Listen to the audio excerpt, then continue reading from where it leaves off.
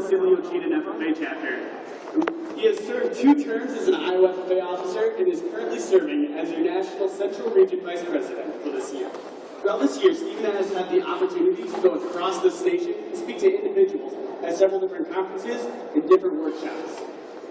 I'm pleased to introduce to you today your 2013-2014 Central Region Vice President and my brother, Stephen Roxas.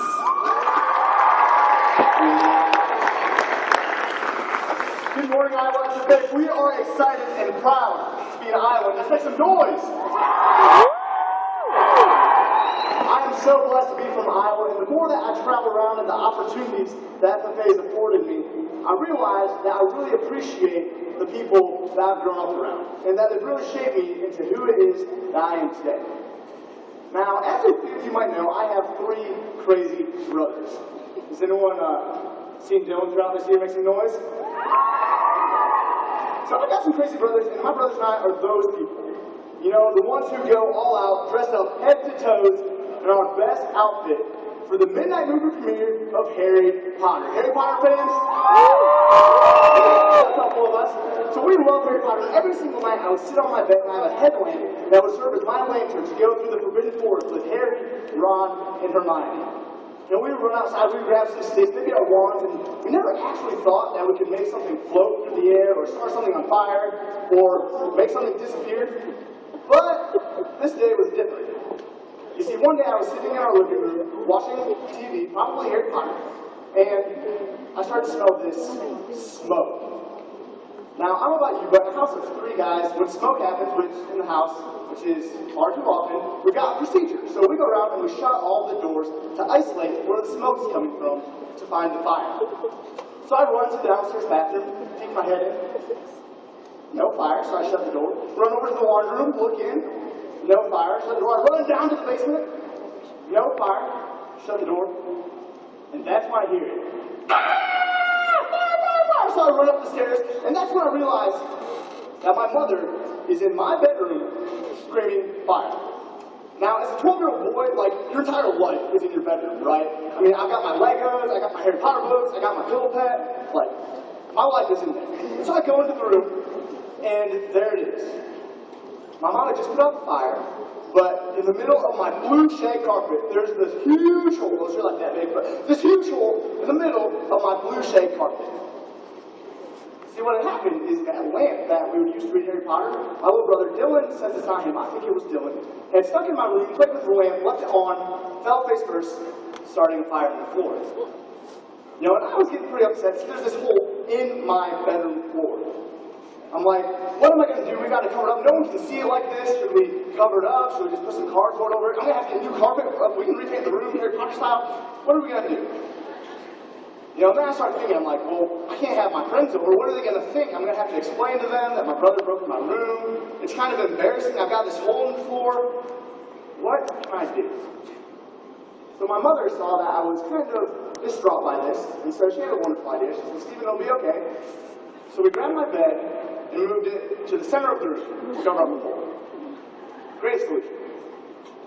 You see, I had this hole in the floor. I had something that I didn't want to be there. It didn't look how I thought it should. It wasn't as desired. And so we just covered it up and thought, hey, it'll be all good. But you know, in our everyday lives, there are things that don't look how we think they should. That there might be a hole in the floor, it might be something that we wear, it might be a vehicle we drive. There are things in our lives where we listen to other people, we think they're going to put us down or think differently about us, when in reality, that might not be true.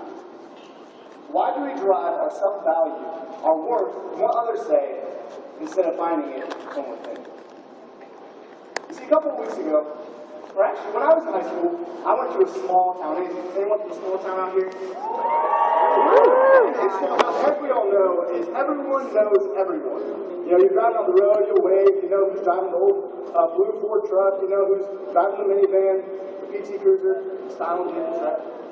You know, so you know from everyone, and I was one of those people in high school who was classified as a floater. You see, I was part of each and every crowd. So if you're part of my crowd, make some noise. Let's hear it if you play football. Yeah. All right, so we got some football. You are my people. I played football as a running back from Still. I wish I was taller. tall to be a quarterback, and I'm short, so I was running back. Let's see. You are my people if you were in band. Anyone in band? You're my people. I play trumpet. I am a band nerd. How about choir? How about theater? Wonderful. I was also in this one thing where we found this blue corduroy jacket. Anyone in FFA? So you are all my people.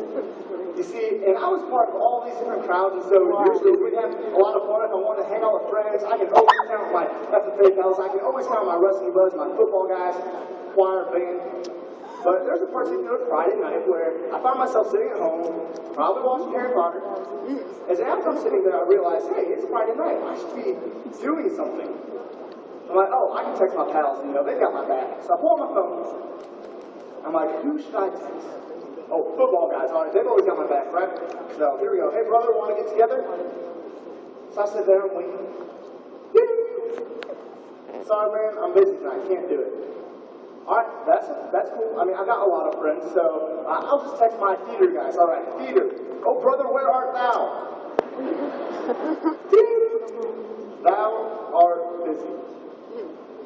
That's right. Band and choir, I know, we always hang out. They'll have my back. We'll find something fun to do. Maybe we'll have a rip-off or something. All right. Want to get together? Not tonight. Hanging out with other people. No, that's okay. I mean, I've got a lot of friends, right? I mean, I've got friends all across the school, so if someone will want to hang out with me, it's okay.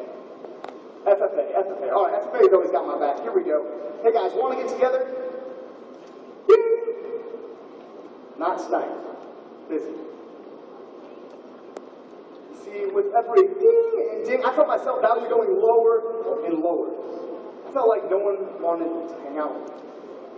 And that's when I turned to the one reliable place where everyone can find a friend, right? Facebook. So, I run to the computer, go through, this is pre-newsfeed era, so pre-timeline era, so I go to the newsfeed, I'm scrolling through, and that's when I see pictures of my friends from all the different groups having fun without me. You see, we've all been here before, in a spot where we don't want to be. When we feel so isolated and alone, when we want to hang out with people, but no one's there. We feel like all these other people should be there for us, but they're not. And I have those thoughts, like, is it me? What did I do? What did I do wrong? Why don't my friends want to hang out with me? What are people saying about me? When these thoughts run through our mind, we really just need to take a step back and realize that we don't find our value from the people around us. We don't find our value from what others say, from the groups that we hang out with, but we find it from within. Statistically speaking, each and every one of us has value. The odds that your mother and your father would have ever met is a 1 times 10 to the 20,000 power. Think about that. That's pretty huge. Just the fact that our parents would meet. And the odds that your mother and your father would have a child is 1 times 10 to the 2,000 power. Pretty incredible.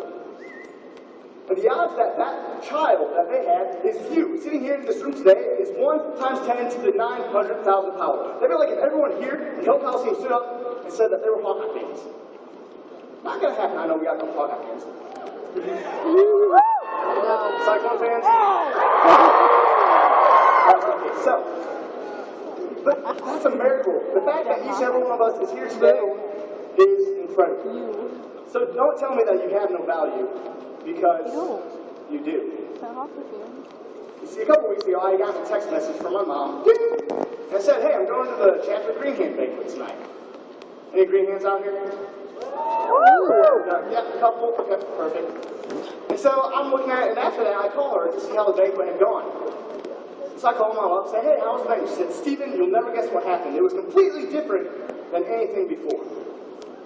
So she went on to explain that at our Green Hand banquet, typically the freshmen have been working all semester, all year, to work on fundraisers to get their FFA jacket. And usually it gets ordered just in time to come in for the Green Hand ceremony so that they can put it on for the first time right before the banquet and get their Green Hand degree. But this year was different. You see, my parents had gone to the Green Hand banquet, and they start looking around, And they realized that, there's a lot of members have their jackets on, but some people just have their black slacks, their skirts, and their white top with no jacket. We have a first-year ag teacher, so my parents thought, well, maybe they just didn't get ordered in time, or there's a miscommunication, that's all right. But then we get into the ceremony, and looking around, and we see more and more people that just have that white shirt on, they're not wearing their jacket, and listen to this, I started getting kind of upset. I'm thinking, these members have been putting in all this hard work to memorize the creed, to get their SAT projects going, to come together as an FFA family, and we can't even give them their jacket for their time to shine on stage. I was pretty disappointed.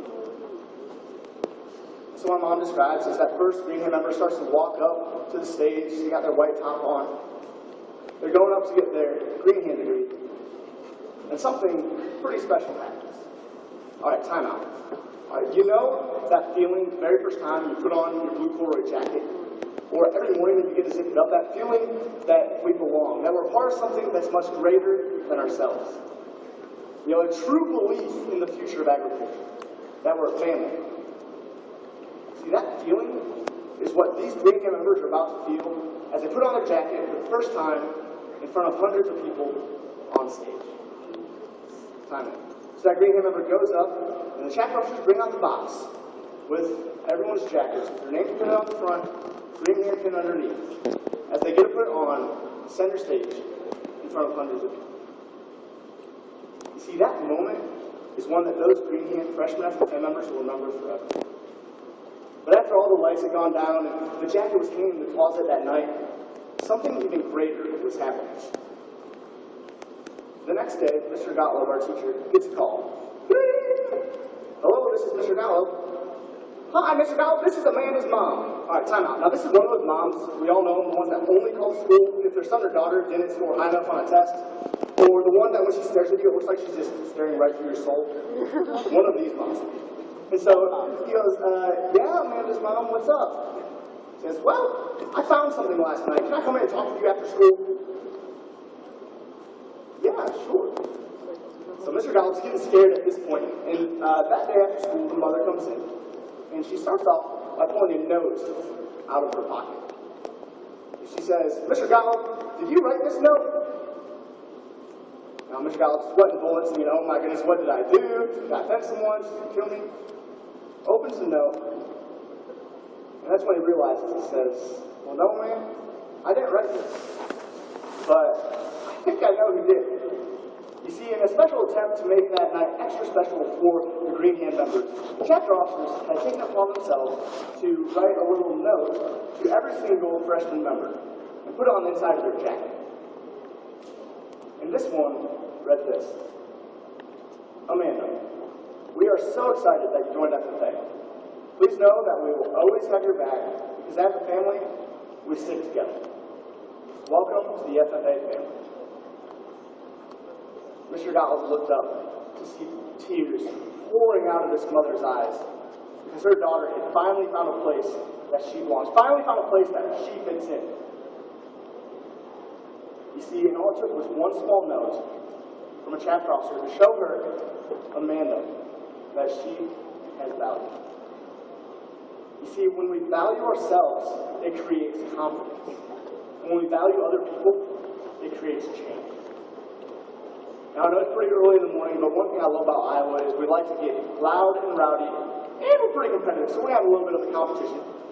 We'll be splitting the room right down the center. So everyone on this half is the first half, everyone on this half is second. We're going to have a competition to see who can shout louder. So sit up on the front of our seats. Sit up. How this works is when we say, when we value ourselves, it creates confidence. When we value others, it creates change. We want to see which side can be louder. So when we value ourselves, creates. When we value others, creates. Change.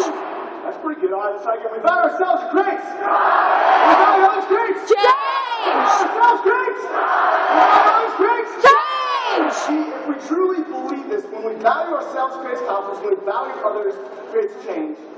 Then why do we let what the rest of the world says, why do we let what our friends say determine if we have value? You see, whether you're the star player or the star bench warmer, you have value. Whether you're a chapter officer or a chapter member, you have value. Whether you're on the hot list or the not list, whether you're Mr. Popular or you're not, whether everything is going your way or nothing is good at all, you have value. So believe it. Because when we value ourselves, it creates confidence. And all it took was that chapter officer one small note to show that member that they have value. And when we value others, it creates change. You know, this week I've seen a lot of different people showing value. The Riceville FFA chapter's been going around passing out free high fives just to have a good time. The Benton Shelburne FFA chapter decided to take me out to eat the other night when I didn't have anyone to have supper with. And they showed me that I have value. And each and every one of us here today has the power to show other people that they have value. Because when we value ourselves, it creates confidence. When we value others, it creates change. So think of that one thing that we can do starting today before convention ends, or tomorrow when school's going on, or next week or next month. Think of one thing that you can do to show someone that they have value. Maybe it's a small little note. Maybe it's getting to know the janitor's name instead of just passing them by every day. Maybe it's going out of your way to let a freshman FFA member know that you're excited that they're part of the family. So when we value ourselves, it creates confidence. When we value others, creates change. Let's try this one more time. Next time. When we value ourselves, creates. Everybody else creates. Change. Ourselves creates. Everybody else creates. Change. So value yourself, value others, and create change. Thanks, Iowa.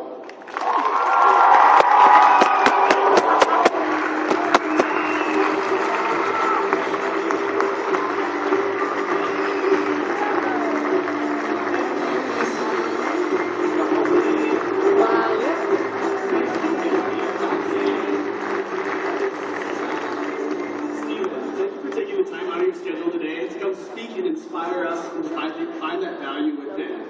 I am going to present you with this conference t-shirt, but before that, if many of you have known in years past, Stephen has done a backflip on stage. So let me hear it.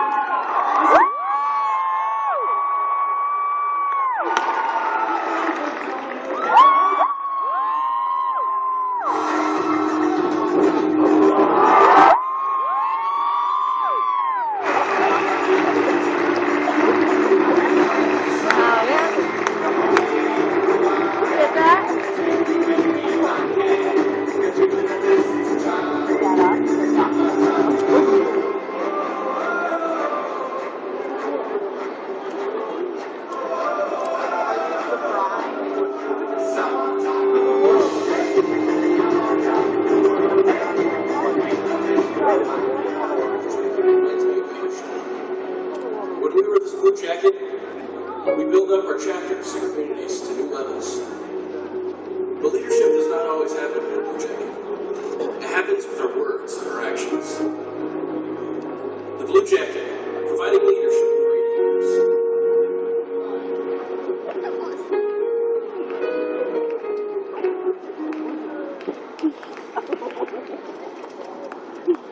It is now time to announce the final group of proficiencies for this session. Let's direct our attention to the stage. Drake Keogh of the Prairie Valley FFA Art Gallery is the first place winner in the area of diversified horticulture production, sponsored by Ron and Mary Beth Selly family through the Iowa FFA Foundation. Keogh worked more than 750 hours in a variety of areas, including turf grass management, landscaping, and designing and implementing several landscape beds. Keogh demonstrated the importance of safety and communications each step of the way, while saving 60% of his earnings for college. He currently attends Iowa Central Community College for criminal justice. The second place winner is Amy Knobloch of the West Line FFA chapter at Inwood. The winner in the area of diversified livestock production entrepreneurship, sponsored by Kent Nutrition Group through the Iowa FFA Foundation, is Reagan Meyer of the West Line FFA chapter. Meyer has a feeder to finished cattle and swine. His scope has expanded from 1 beef steer in 2010 to 294 head of finished hogs and 8 head of finished beef in 2013. During that time, Meyer has greatly increased his profitability. Meyer plans to pursue a degree in electrical construction or animal science upon graduating high school. Zach Petmeyer from the Creston FFA chapter is the runner-up.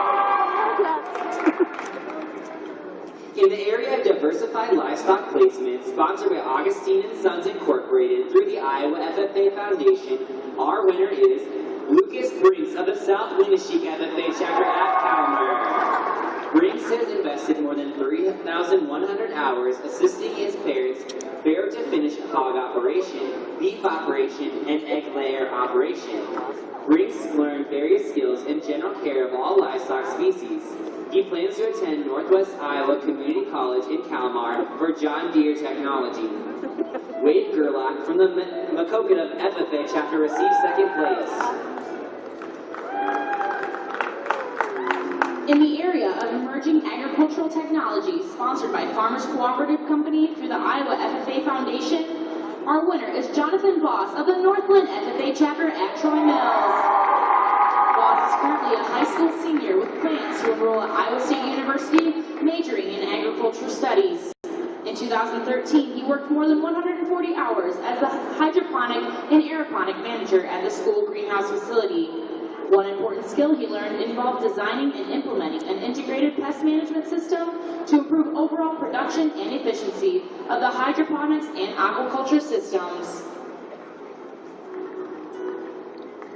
The winner in the area of environmental science and natural resources management, sponsored by AgriDrain Corporation through the Iowa FFA Foundation, is Darcy Sunderman of the Brokaw FFA chapter at Clarinda. Sunderman owns a terrace surveying and seed business. She works to ensure better soil conservation and eliminate erosion. She has been able to maintain a steady business for the past 3 years, averaging 7 to 10 customers a year with a net income of more than $6,000. Sunderman has learned how to properly operate lasers and terrace surveying equipment. She plans to attend Northwest Missouri State University to major in physical therapy and minor in coaching. Joel Mullis from the North Valley at West Union FFA chapter is the runner-up in this area.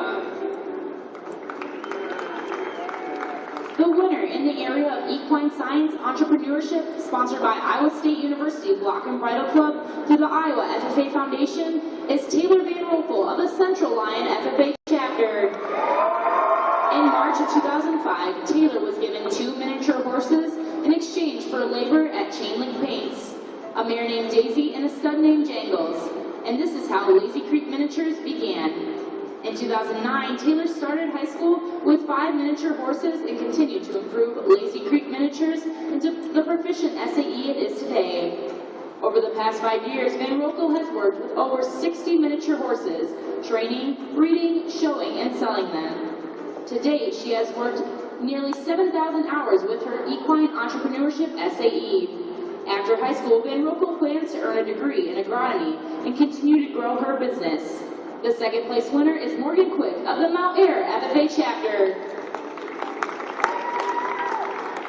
The winner in the area of equine science placement, sponsored by Iowa Horse Council through the Iowa FFA Foundation, is Jessica Ackerson of the Indianola FFA chapter.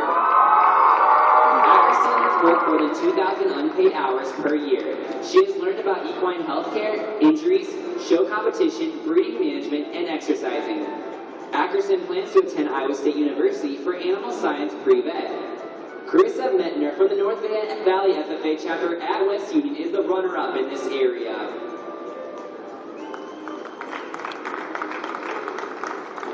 The winner in the area of specialty crop production, sponsored by the DeWitt Central FFA alumni through the Iowa FFA Foundation, is Natalie Hansen of the LaPorte Dysart FFA chapter. Hansen has raised and sold gourds and monks from the local farmers market. She is a freshman at Iowa State University, majoring in biological systems engineering. David Turnus of the Cascade FFA chapter is the runner-up in this area. Let's congratulate this round of Proficiency Award winners.